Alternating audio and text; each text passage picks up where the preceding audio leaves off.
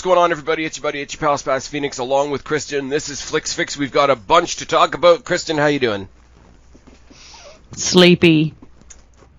That's fair. But good. It's very tired in here. We were discussing that offline. And we're going to try and do a very condensed version of 4 episodes of What If. Things that have happened in Marvel since last month. Yeah, I was going to say 4 episodes of What If, and a trailer reaction, and a movie. A movie, singular, because you still haven't seen Black Widow, right? No, I need to see it. I just... Okay. Now that they're having the weird thing with Disney where she's like suing and all of this jazz, I don't really want to go see it. Not because of her, but yeah, I want all of that to be hashed out before I hand Disney some more money for that specifically. I don't know if that's makes sense. I mean, I saw it. Also, I'm going to be real honest. I also wasn't ever that interested in the Black Widow movie. I mean, I was interested from the perspective of, if you look at all the Avengers as we went through and as the MCU grew, the 2 characters that were default background sidekick characters were her and Hawkeye. So the fact that towards the end she got a movie and he's getting a show, it was sort of like tying up a loose end, but at the same time, I'm not going to complain about more Scarlett Johansson, but also I went and saw the movie before all the BS hit the fan, so I sort of saw it with, open eyes and no restrictions. Also, I wasn't expecting it to blow me out of the water. I was expecting it to be a much smaller scale movie. For what it's worth, I enjoyed it. I think we talked about this the last time we did a podcast. I enjoyed it for what it is. Scarlett Johansson and Florence Pugh are awesome in it. I still can't remember the name of the main villain in it, but he is very villain-y, which is a terrible way to describe anything. But if we're gonna give Black Widow a send-off after she's already died, it's already gonna be weird. It wasn't gonna be any better than this, is what I'll say. But it is pretty good though. Something we have both seen recently because it just came out, I think. Shang-Chi. Yes. Shang-Chi, I saw it, and then basically you were like, I'm gonna see it today or whatever, and then we'll talk about it. And then sometime later, here we are talking about it. Yeah. We saw it this weekend. We saw it on Saturday. Very good. I'm gonna let you tell me what you think of it. Just overall. I thought it was really good. Travis would tell you that he really liked the first half, and then when the second half got more mystical, it kind of lost him, but he was invested by that point. I thought the fight choreography in it was excellent. Specifically the bus scene. I think it's the fight choreography I wanted in Iron Fist. Yeah. And it then made me real sad for Iron Fist. I was going to stick in there at some point, after seeing this, are you excited about them trying to redo Iron Fist? I hope they do a lot. They couldn't do worse than the last one. It's so bad. Wait a minute, are you saying you didn't like Netflix's Iron Fist? No, I did not like it. No, it was really bad. What was even worse is that I watched the whole first season, and every episode I'm like, well, that one wasn't that good, but it'll get better till the very end. And then I was like, it didn't fucking get better. It was so shit. And apparently there was a second season, to which I was like, why? Yeah, there was. I think I watched a waste of money.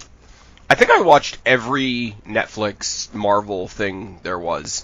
So every little, and I don't have it. I had notes for a previous episode we were going to do about all the different rumored characters that had finally run out their contracts and were able to be used in the MCU and were going to be mixed in with other things. I don't have those notes in front of me right now. But I think overall, if you don't, how can I say this? If you don't look at individual characters, right? If you look at more the Defenders universe that they created. I liked the Defenders movie. I thought everybody was good in the movie, in the Defenders team show. I was kind of bummed the Punisher wasn't in it. That was good. I saw the shades of Danny Rand that I wanted. There you go. I wanted Punisher to be in that. And the banter with Luke Cage. Well, yeah, because they do Heroes for Hire in the comics, do they not? Yes. Okay. Yes, they do. And it's supposed to be more bantery, like he's, Luke Cage is the tough street guy, and he's like the white guy who's like into Tai Chi and stuff. The tough guy and the white guy. The white guy that's like, the like white guy that's really into Asian stuff is what it looks like. And it's just a little more, there's a little more comedy to it. And there was shades of it in the Defenders show, but anyways, we're talking about Shang-Chi, which was awesome. Also, the girl who's the love interest, like Katie. Yeah. Who also plays the comic relief as well. Well, comic relief, except hilarious. She's definitely in the fight at the end. Yes. It is kind of weird that they decide, like, here's a bow, and she's like, I'm great at this. Yeah, it's, well, she decides, like, if I'm going to be good at something, it's going to be this. I do like, because you were talking about, like, Travis wasn't into so much, well, like, when it leaned heavily into the mystical stuff. It's a martial arts, it's an old Jackie Chan film. There you go. Until it starts hitting shades of Doctor Strange near the end.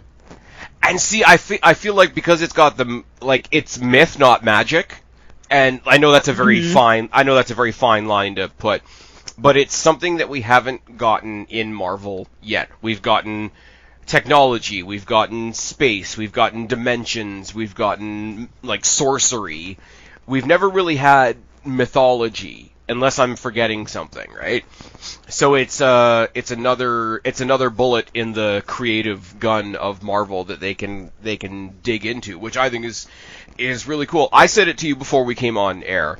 I think this is the first actual legitimate standalone movie that we've gotten from Marvel in a long time, and I didn't know how much I needed that. Like, there was references, obviously, like, you're in the same universe, so there's going to be references to things. You saw Wong in the fight pit, and that was cool. And he's fighting Abomination. And Abomination. That was what he was fighting. He's fighting Abomination, but then you find out that they're not really fighting. He's just training Abomination. So now I kind of want a show about how that all came about. Like, everything from the Edward Norton Hulk movie till now. Tell me how we reach now where Wong has Abomination basically in the fight pit. It's basically like the fight pit on Sakaar, except on Earth. And I thought if you're gonna have a cameo, do something funny like that. Like, I didn't think it was him training him. I felt like it was more like a fixed fight, like wrestling kind of, where he's like annoyed with him for like hitting him too hard. Well, and I thought the same thing until they went to the locker room area, and he basically takes them through the, what do you call it, the sling ring dippity-doo door, and he says, all right, come on, what did you learn this time? And I'm like, okay. I like them giving Wong a little bit more agency as well, because fast forward to the end, he's the one that gets sent by Strange to recruit them and be like, hey, your lives are a bit different now, you're Avengers, hop on the bus, type thing. By the way, you're Avengers now. Don't know if you knew that. That's how you get into the Avengers, is somebody just comes and picks you up. You're like voluntold to be an Avenger. Yeah. You don't choose to be a hero. Being a hero chooses you. And I really liked how in the first credit scene, when they're, there and they're looking at the 10 rings. Oh, and they're having the Avengers Zoom call to figure out what they are. Yeah, the Avengers Zoom call.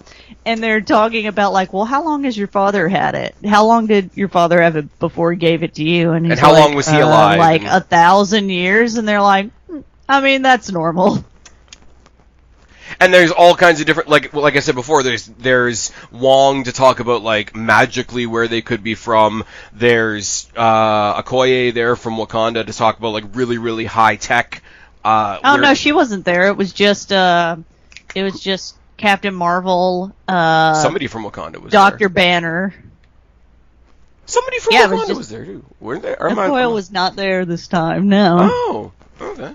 I thought the Denai Guerrero character was there, which isn't a Okoye. She should have been. It's true. Well, okay, you got Banner in there trying to go at it from the scientific point of view. You got Captain Marvel going at it from the galactic point of view, and she has to run off, and apparently that's a big thing. Apparently her running off to handle something is leading to, like, something to do with the Eternals or whatever, but I'm sorry, that was funny. Oh, I gotta go. Bruce has my number. And I gotta go, and he's like, I don't have her number. He's like, I don't. But here's the other thing, and it went under the radar until everybody sort of clued in at the same time. Suddenly, he's not Hulk anymore. Mm-hmm. Because he spent all of Infinity War trying to be Hulk again, and then in the 5-year gap that nobody knows what happens, he sort of became like the halfway point of Hulk and Banner, which is like Professor Hulk or whatever. And now he's just Banner again? Oh, I didn't think about that. And his arm is still fucked up from... Well, his arm was fucked up when he was Hulk at the end of the movie. I know, but his arm is... We don't know how much time between... Apparently it's 6 months. It's 6 months? Okay, then that makes sense. I was watching, and yes, for the people out there that hate that I keep mentioning them, I'm going to keep mentioning them anyway. Emergency Awesome did a timeline a little while ago, and it's like when all the shows have happened. Like, since, like all the Disney Plus shows, when they've happened, other than What If, obviously. At that. I couldn't even tell you where to go right now, because I'm remembering from like a week ago. But no, apparently the events of Shang-Chi is approximately 6 months after Endgame. Okay. So, I don't know, it is what it is, but, no, the implication is that Hulk... I wonder if people from the other dimension... got snapped as well. I think that's going to be one of those things that's too big to tackle. Remember when we said when the snap took everybody out and the snap brought everybody back, like socially that was something that they could never really like fully examine. I think whether or not other galaxies other realities were hit by the snap is not anything they're going to try to attack with any degree of satisfaction to the general audience, so I think they're just going to kind of like leave that in the corner and let everybody speculate. I wouldn't know how to tackle that creatively, I'm not going to lie. I was just more curious, but since they didn't mention anything, it probably didn't. Well, we know they don't go through timelines because there's several Infinity Stones and stuff, so it's not. Yes, and they're all in the drawer being used as paperweights at the TVA. Yeah. But then the only other thing that I will say is all the tearing of timelines and all the different astronomical snap level events.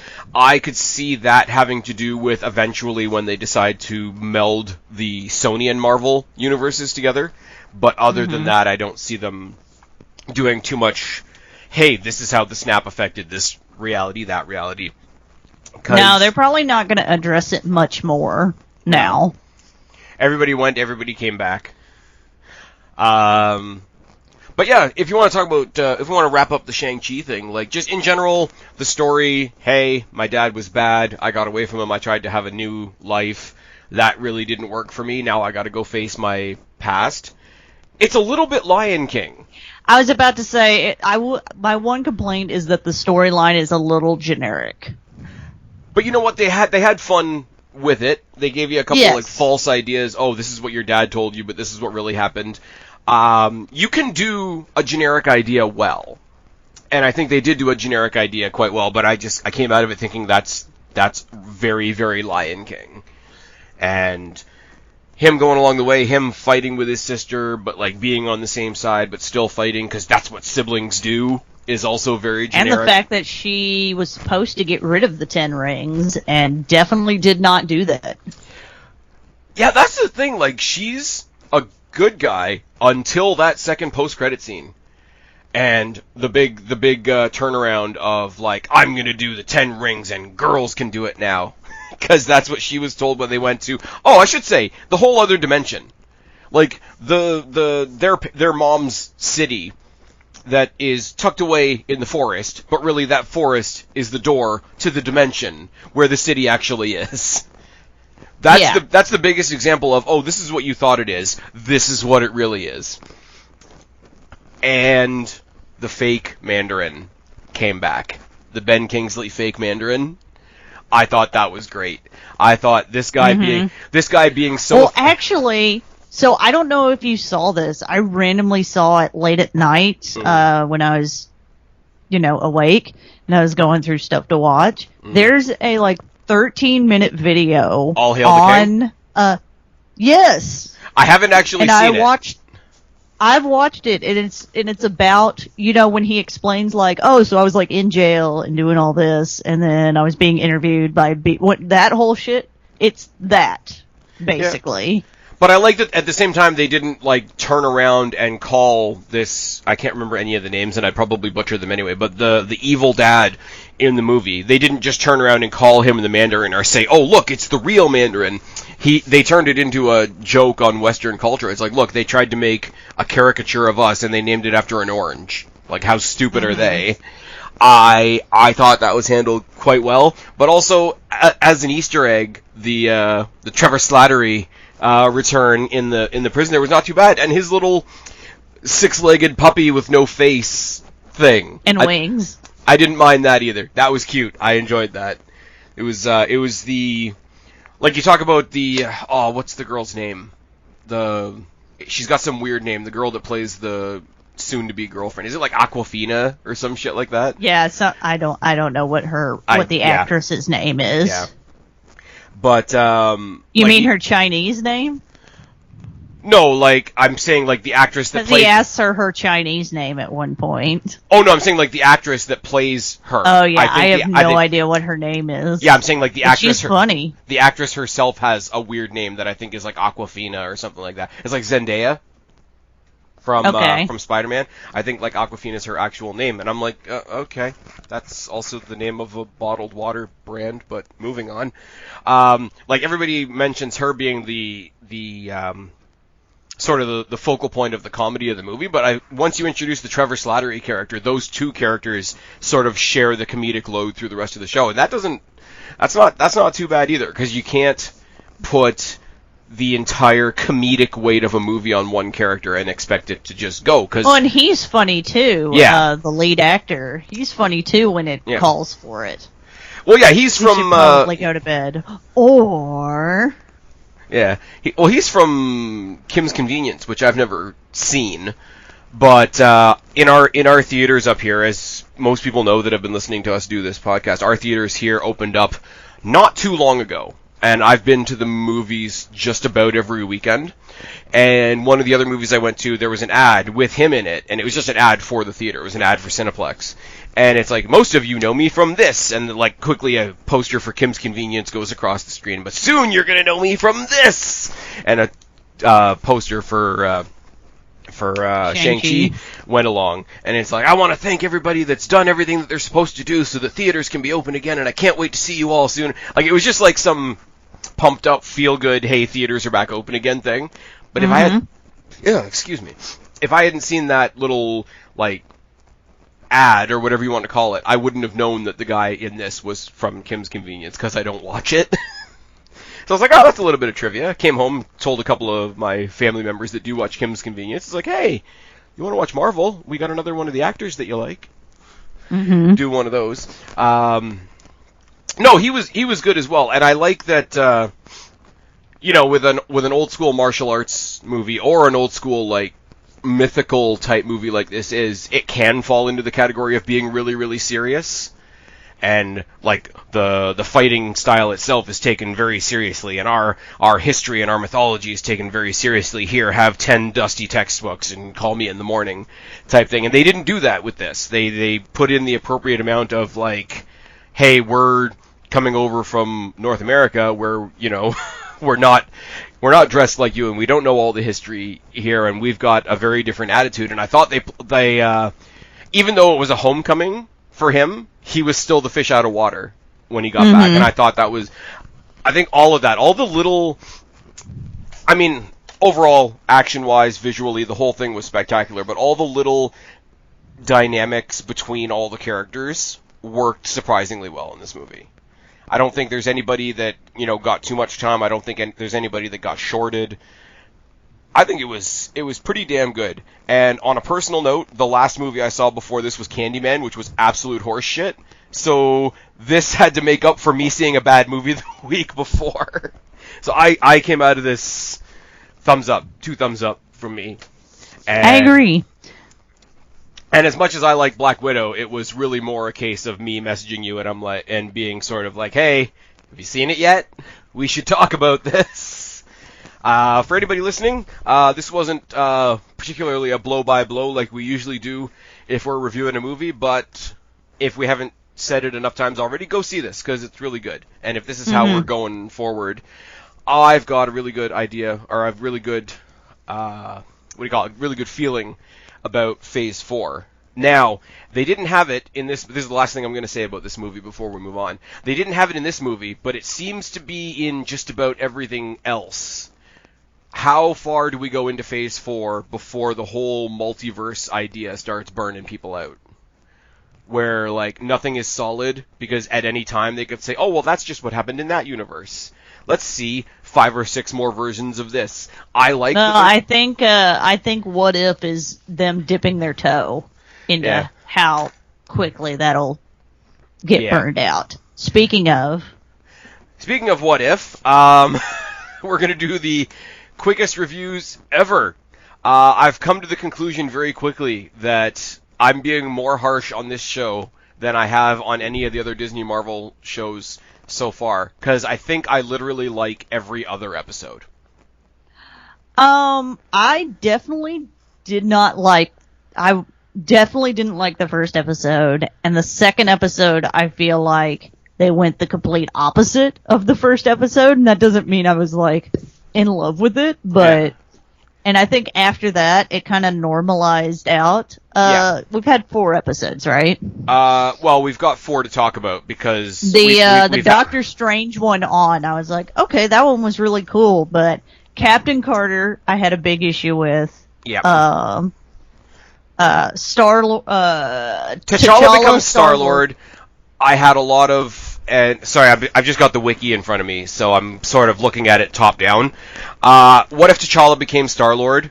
You can't talk about without mentioning how cool it was to hear Chadwick Boseman. I mean, yes, there was that. I mean, you could feel I don't want to be that guy, but you could Although I will say that when Travis was watching it, we were talking about, he's like, this just proves that even though you're a good actor, sometimes it doesn't mean you're a good voice actor.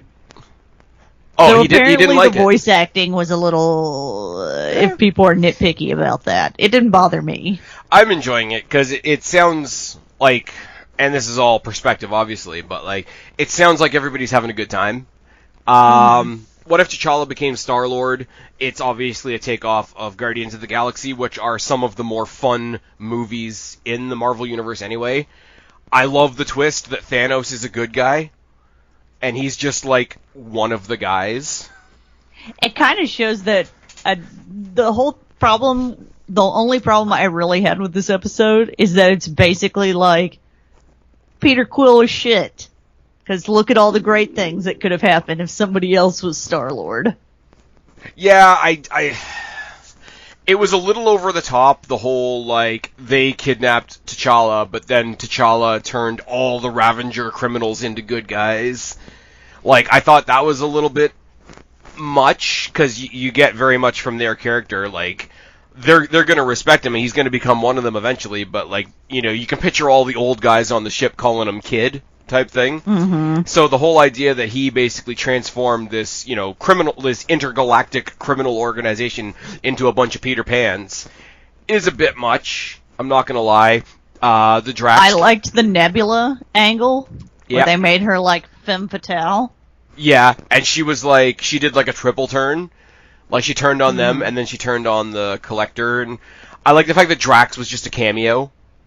Yeah. And he says, I must get a picture with the mighty Star-Lord. We should take that picture again. You look terrible. I look great.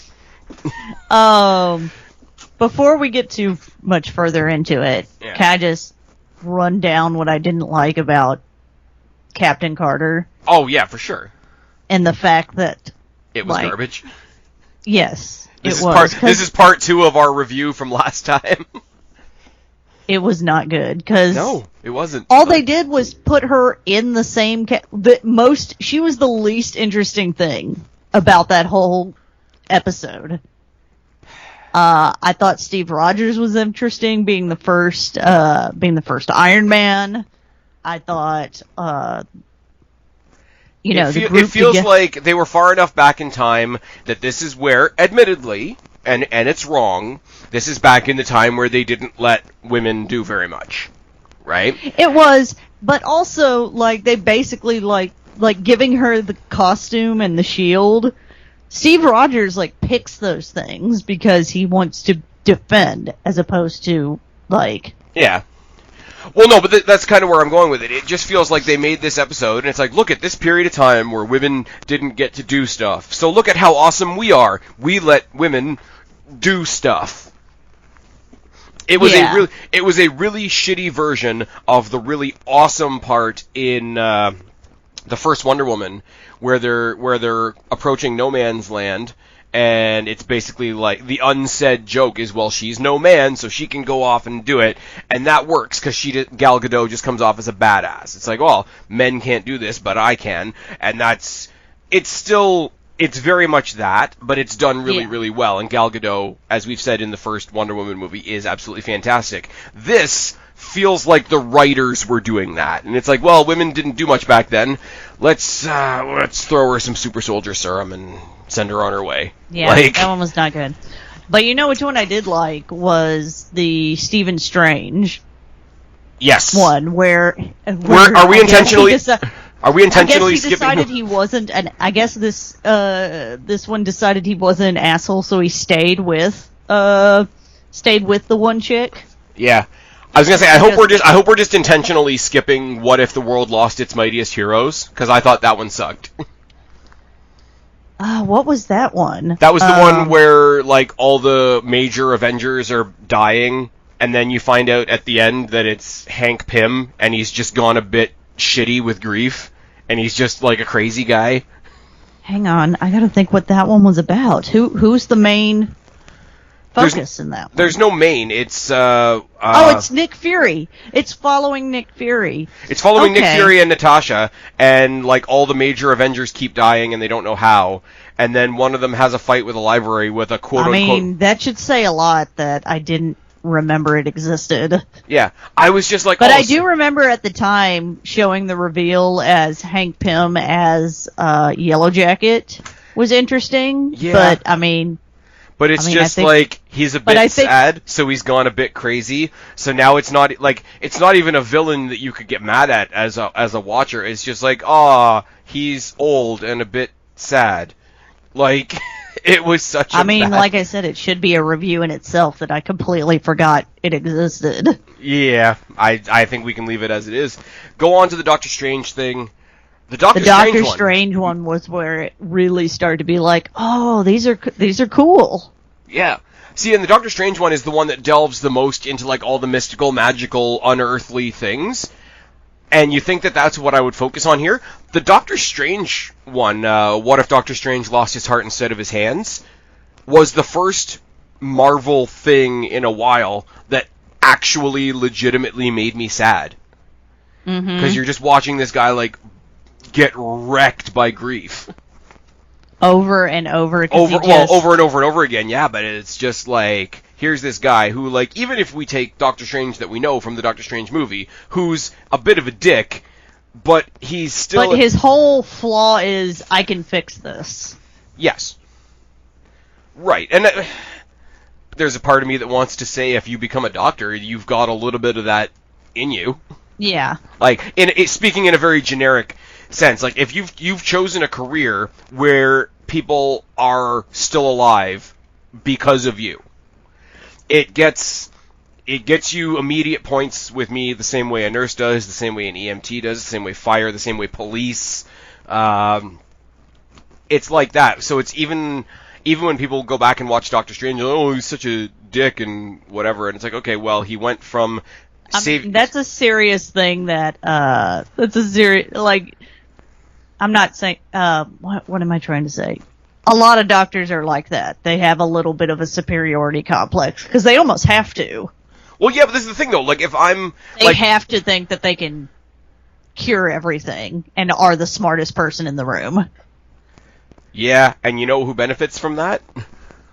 Everyone that they treat.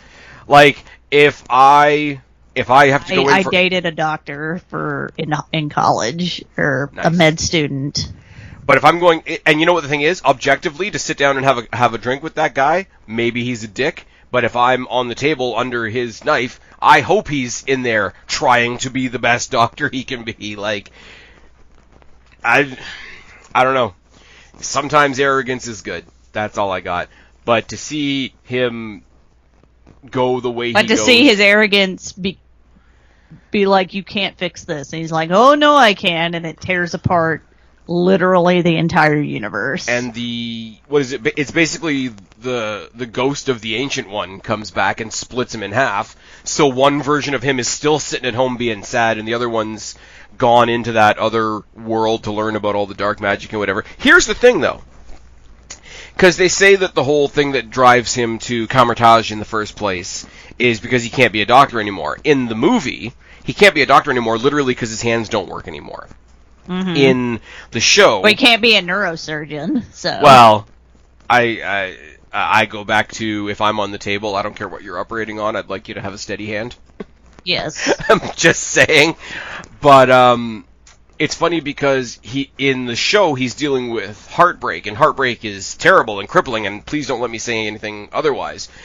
But it's not physically keeping you from being a doctor, so when they said it was his heartbreak that drove him to Kamar-Taj, I'm like, okay, alright, you're looking for something new to feel about, something new to think about, and eventually you're going to play around with time and all that kind of thing. But it's just... It's sad, because it's... I don't think they mean to, but they are really driving home, like, a mental health message with the whole, like, somebody having an emotional breakdown is just as powerful as somebody's physical body, physical abilities breaking down, because both kept him from being a surgeon. And I think... I don't know whether that was intentional or not. Maybe I'm giving them way too much credit, but I think that's really cool. Like I said, this is the one that made me go, these are pretty cool. And the fact that he's so far the only one able to that actually communicates with the Watcher. Yes. He senses he's there the entire time, and then finally talks to him and is like, you could fix this. And he's like, yeah, I'm not allowed to do that. And also, look, your hubris of I can fix this did all of this. Yep. But also, like, what's it called? You could see it from his point of view, too, because it's like, they're telling him not to be the guy that says he's going to rewrite the timeline, but basically the Watcher and all the other entities that are on that level have clearly written a timeline where, yeah, she definitely dies. So, from his point of view, like, you want to believe that there's a way to say, well, fuck you, no, she doesn't. Mm-hmm. Like, that's the thing, like, as bad as he gets and as misguided as his things go, you know his ultimate goal, yes, with some ego, but his ultimate goal is just trying to reconnect with this person that he loves. So there's always that little bit that keeps you from fully saying, like, he's wrong, he's bad, he's evil, he needs to be stopped. Well, he does need to be stopped, but he's not, like, trying to learn how to magic himself some more money or something like that. He's literally trying to bring somebody back to life after watching them die. I want to imagine, or sorry, I don't want to imagine, but I have to imagine the way they presented this show. He probably watched her die as many times as he died in the movie when he was annoying Dormammu to death. Or doing the I've come to bargain thing. Yeah. I imagine the way they montage it, he had to watch her die as many times as he let himself die in the movie. I don't know why I think that. It's just a thing that's there. And this is where we start getting into episodes that don't really have endings, because he meets up with his other self and absorbs his other self. The good half and the bad half battle it out. Even the capes battle it out. I will say the cape was very Jafar from Aladdin. Mm-hmm. It was. But, no, because the one thing we sort of skipped over is as he was in this other evil dimension learning about all these evil types of magic, he was absorbing other evil creatures as he went and becoming this, like, more than human thing. So it was himself that's been sad sitting in the recliner at home versus himself and, like, the 100 demons that he's absorbed. So basically they absorb together and, something ultimate is going to come. Oh my god, what's going to stop this new Doctor Strange now? Well, nothing, because the universe collapses, and that's the end of the episode. Yep, that's the end of that universe. That universe doesn't exist anymore. Yeah, what if this happened? Well, not much, because it's over now. And then the last one is What If Zombies? is the quintessential what if story. Like anybody who's seen the like kind of what if comics, Which I have not. This is kind of the one you think of. I think. I don't want to talk for everybody, but This was literally, we saw an episode of Walking Dead and threw some Marvel characters in. I'm a little confused as to why the zombies are sentient enough that they could still use the skills that and the weapons. Avengers have. I mean, let's skip right to the end of Zombie Thanos snapping the Infinity Gauntlet. Travis is... And I'm also confused as to how the zombie virus affects aliens. Yep. But it's interesting. And see, this is where I get to another thing I said to you before we came on the air. And the part where Vision is, like, fucking feeding parts of T'Challa to Wanda. That is literally out of The Walking Dead. That is literally. I've not watched a lot of The Walking Dead. I think I've not got through like season 1, and then I'm like, what is the end of this? Okay. They find the cure, everyone's happy? Like, no. 11 seasons later, I can tell you the answer is no. When they get to about the 3rd or 4th season, I have to go back in my time zone. But at the time, there's a. I can't even remember the name of the city now, but there's like a sanctuary city, and it's run by this guy who's just called the governor, and all you know about him is that he's lost all of his family and whatever. Okay, that vaguely rings a bell. Okay, well, when the people from Alexandria, or the prison, I can't remember where our people are in Walking Dead at that point, this is a terrible comparison. They basically raid the governor's city, because they've been coming over and fucking with them and whatever, and Michonne goes down into his basement, and she hears that somebody is, like, trapped in the basement, but really it's the governor's daughter, but basically he's been keeping the zombified version of his daughter in the basement, and it's a whole thing about, like, not letting go and having finality and all those symbolic things, but he's basically been feeding her, like, townspeople that have died and whatever, and Michonne basically comes along and does the mercy killing of the kid, and that's it, and then we move on. But I'm like, him feeding his daughter and keeping her tucked away in the basement is the same. It's Vision and thing. When Vision has the one line about, like, hey, it's the great thing about being synthetic, I'm not on the menu, and I'm like, Vision's gonna be, like, the savior, and then we can have a whole, our robots really gods conversation that is not for this podcast. But, it's just a bunch of stuff happens, and then it ends. We find in the back who was on the menu, and who was on the menu was Black Panther, because he's sitting there with no fucking leg. Yeah, he's missing a leg. I don't know, like, I feel like, I'm really looking forward to them putting zombies in with the Marvel guys. And what happened on episode 5? Well, they put some zombies with the Marvel guys. Alright. I think it's hysterical that zombie Tony Stark can still operate the suit. Yes. And shit like that. Everybody that's zombified can use their powers. Their powers or their legitimate, like, weapons and tools and everything. And skills. Which means the other zombies should be able to, like, use a gun. Yeah, you would think. Like, a percentage of zombies would be able to use a gun. I do like the introduction to this was really, really cool, because obviously our introduction to what's going on the thing, in every zombie movie ever, there's one guy that's, like, been asleep or been in a coma. Who's like does not know what's going on. Or doesn't know what's going on. Banner is our version of that here. Banner's kind of like just the nice guy that's trying to get through life at this point. So when he's there and he sees like the what do you call them? The Black Order have followed him, because it's supposed to mirror when he gets sent down during Infinity War to warn the planet that Thanos is coming, right? So what happens when Thor shows up later? Because I guess he's off making his hammer at this point. Yeah. Well, then you have to say, like, did this zombie thing only affect this planet?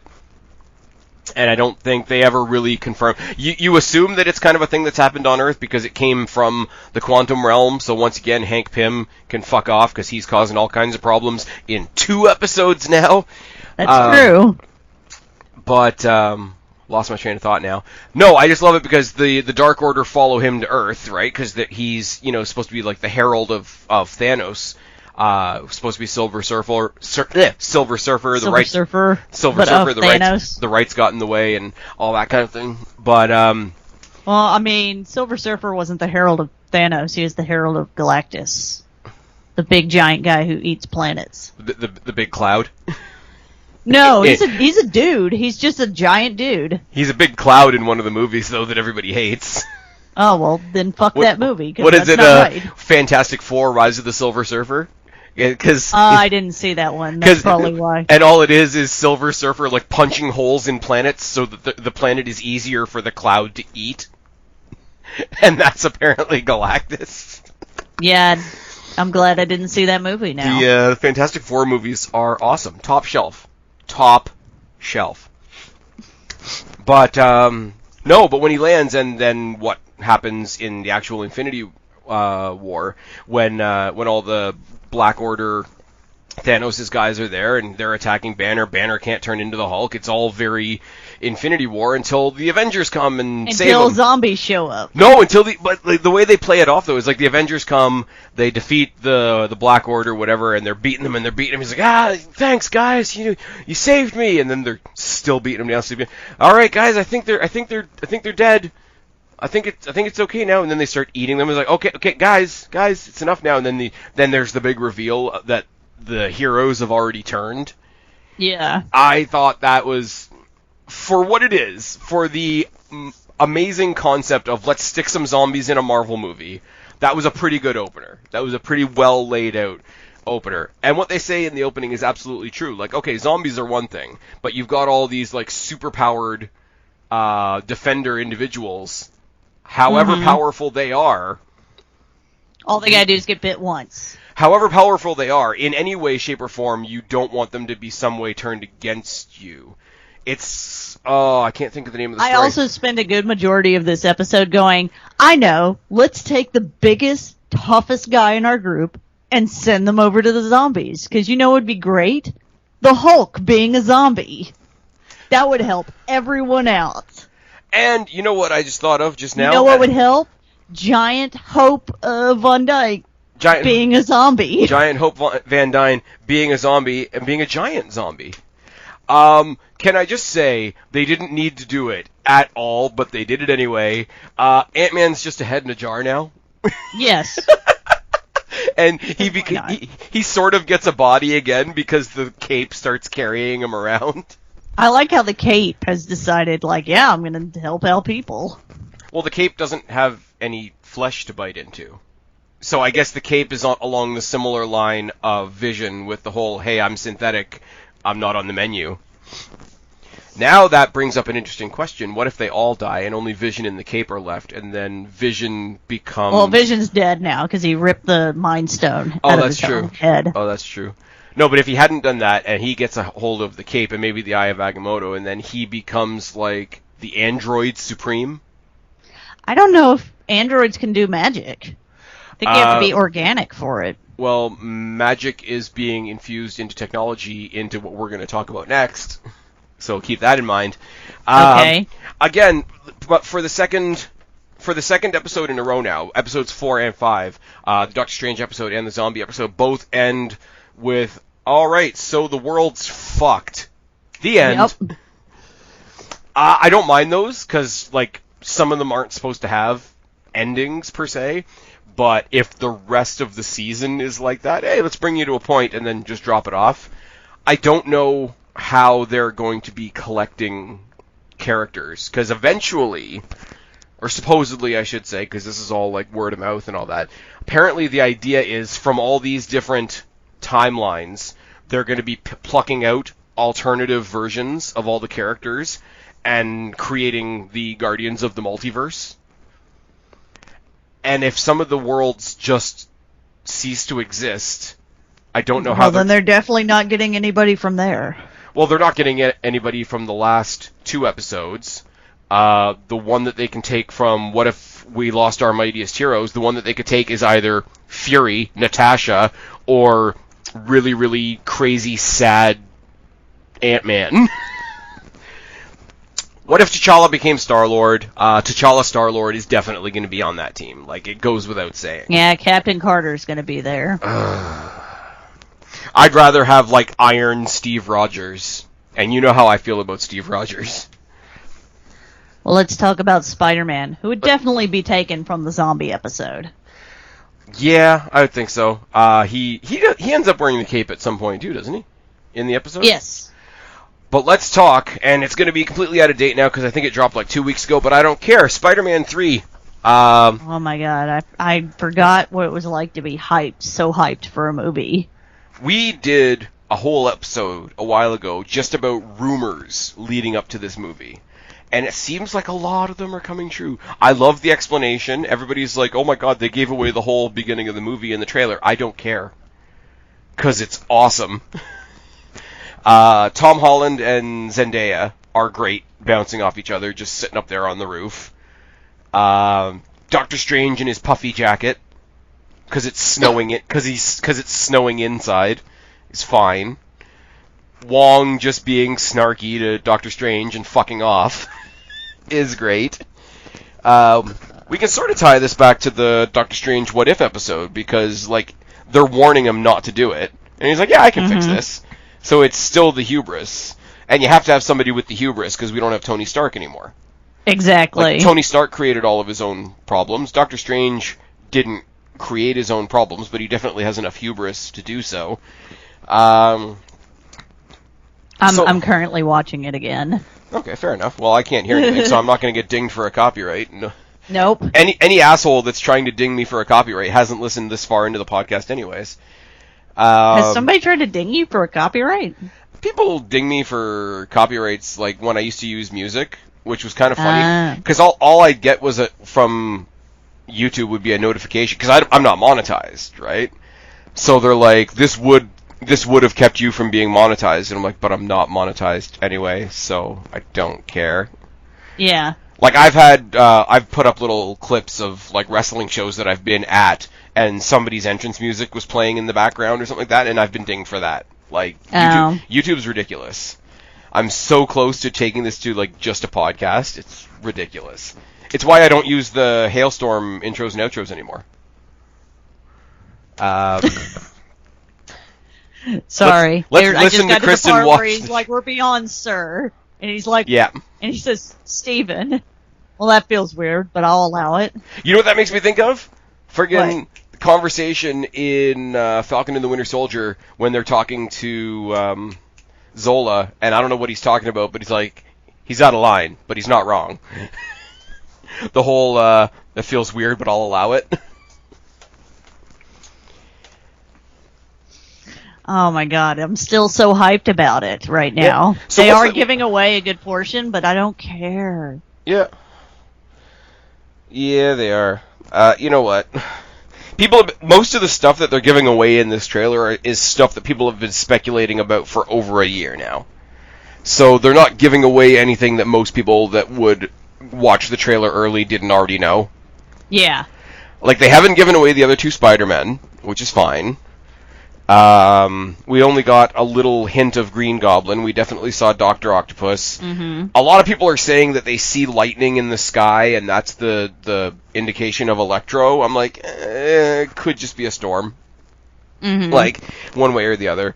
But the whole way that they explain it is basically he goes to Doctor Strange and says, hey, he outed me to the world. Can we, like, pretend that didn't happen.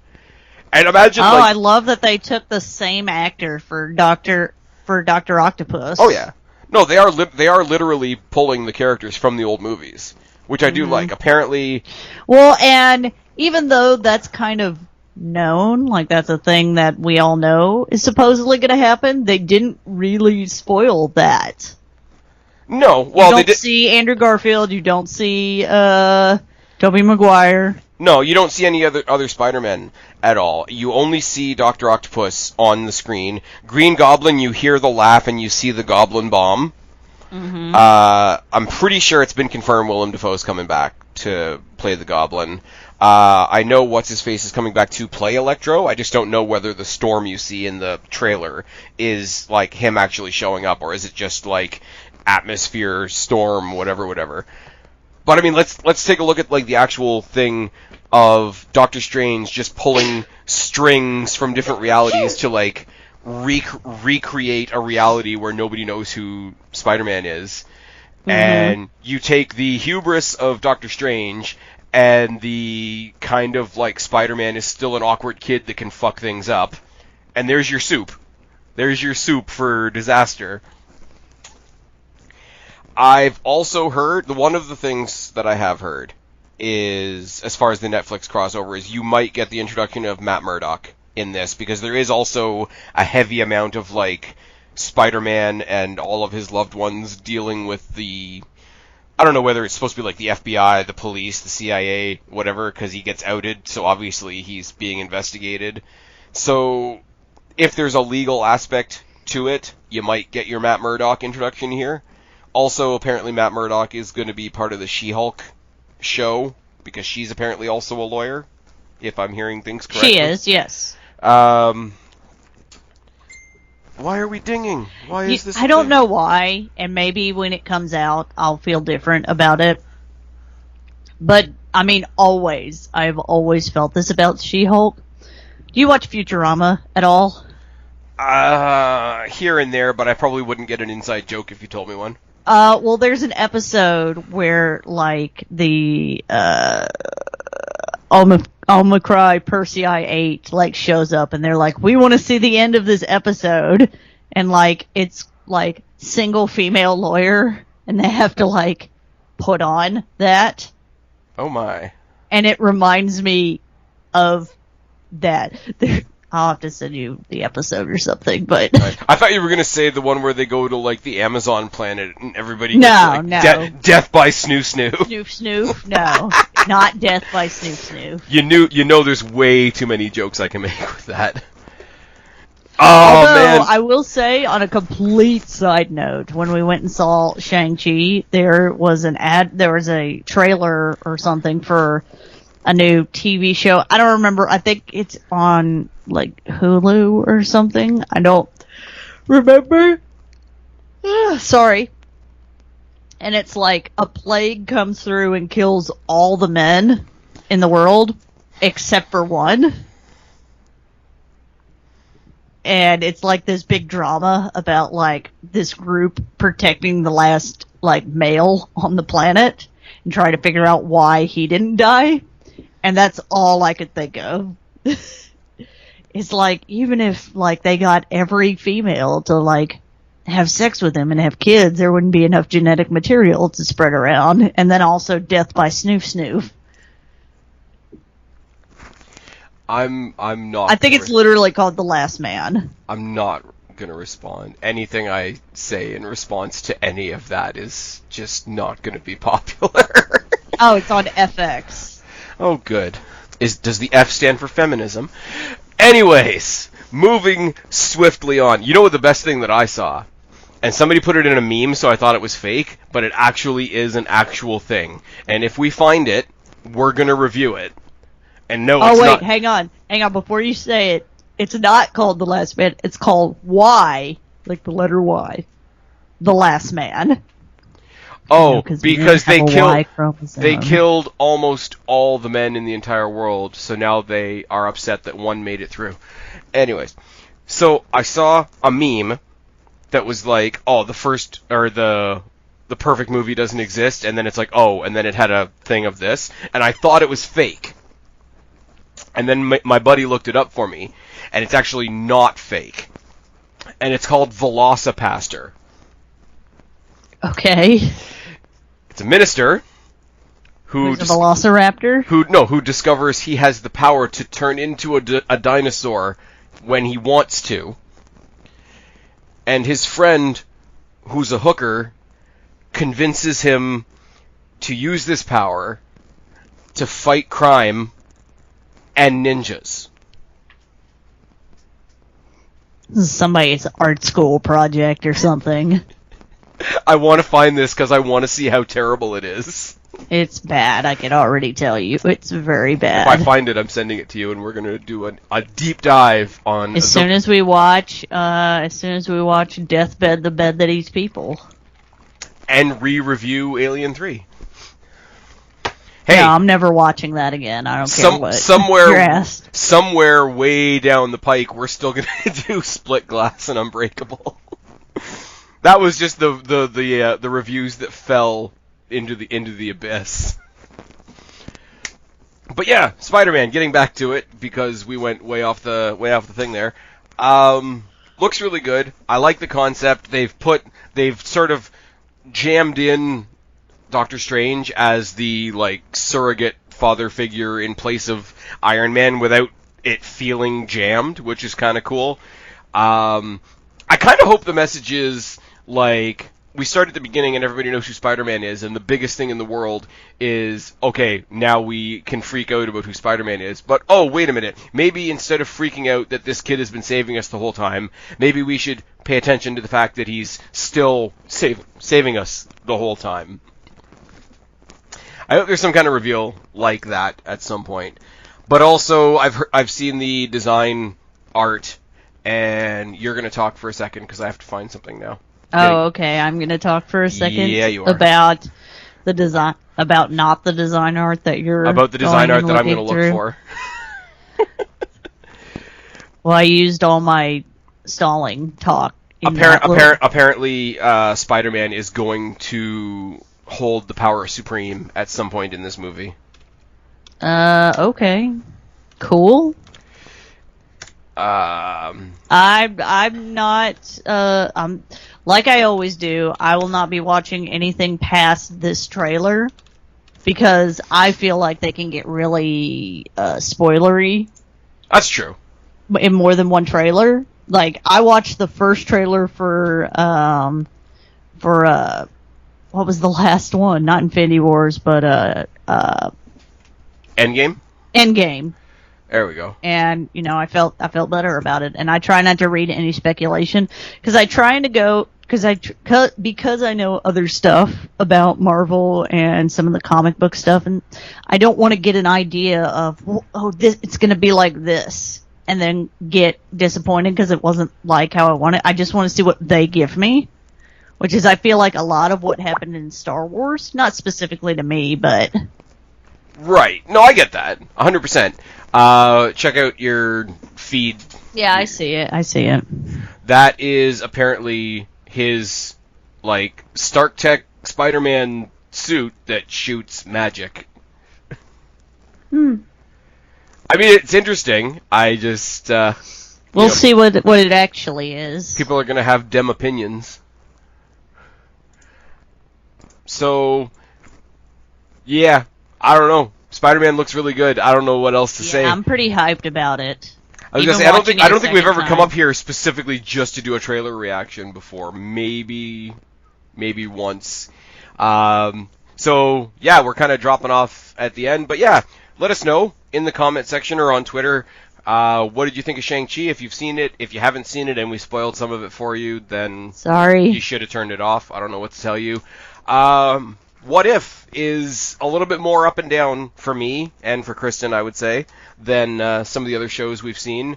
What do you guys think? If any of you guys have read the comics and think that there's something blaring and glaring in those shows that we're just flat out missing, let us know. Again, in the comment section on Twitter, whatever. I'm not putting these videos up for premiere anymore, so there isn't going to be a chat, so comment section or Twitter is the best way to get a hold of us. And Spider-Man. We could talk forever about the Spider-Man 3 trailer, but I think we've said most of what needs to be said. Kristen said she's really hyped. I'm really hyped. It doesn't sound like I'm really hyped, but I really am. It is tired in here. Like, one of us should be awake, and that's just not a rule we're following at all. Can I give some wrestling spoilers real quick? Can you give some wrestling spoilers? Apparently Samoa Joe is relinquishing the NXT title. NXT's dead. From that, or just in general? No, they're hitting a massive reset on it, like, in 2 days. And it's all, like, bright and colorful and rainbowy, and it's not run by... He will not compete for the time being due to certain injuries. Yeah, no, he put a video out there as well. But, no, just in general, we're getting a brand new NXT starting Tuesday. Okay, sorry for the wrestling added into it. I'm only slowly creeping. I was going to say, we should say we got you back in for a pay-per-view. Yeah, that's right. I watched All Out, and it was really good. And then I watched AEW Dynamite, and then I was like, everyone has the exact same character, which is I'm a badass. And to prove that I'm a badass, I'm gonna kick your ass. Unless you're Orange Cassidy, and then your gimmick is you don't give a shit about anything. I know, and he's the most interesting thing. Yep.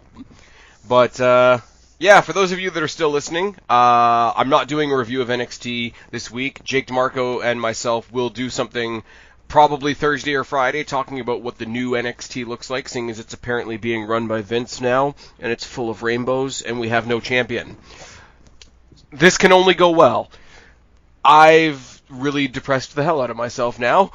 Kristen, tell them where to find you, other than here. That's it. It's here. Bugger at Black Cat Feline on Instagram and Twitter. And you guys know I do have Instagram and Twitter. You can bug me on there. Yeah. I do actually answer if you tweet at me. Guapo actually told you in one of our AEW vids to go check out your old channel if you want to see when Kristen was still watching wrestling. Yeah, that's a thing. It's still up there somewhere. I'm slowly. We'll see if I get drawn back in. Yeah. Want to watch Impact? I mean, I might. What time? When is Impact? It's Thursday nights on Twitch. On Twitch? Well, I mean, I could actually watch that from work. I mean, I don't watch stuff at work. I mean, what now? I take care of puppies at work. I do that. Before Kristen gets herself in trouble, you guys know where to find me, or you wouldn't be here. I've been Spaz. She's been Kristen. I got it right this time. This has been FLIX. Subscribe up there, talk down there, start a conversation. Keep all of these conversations going. Don't be a stranger. I'll talk to each and every last one of you later. But for right now, myself and Kristen, we are out of here, guys. Thanks. Bye. Bye.